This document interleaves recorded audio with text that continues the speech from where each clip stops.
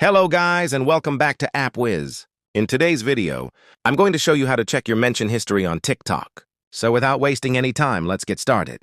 First, go to the App Store and in the search bar, type TikTok. Make sure the app is updated to the latest version, so you don't face any issues and all the features are available. Once the update is complete, open the TikTok app.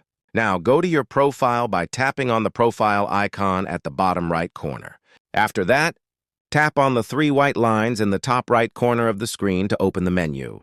From here, select Settings and Privacy. Inside Settings and Privacy, look for the Activity Center option and tap on it.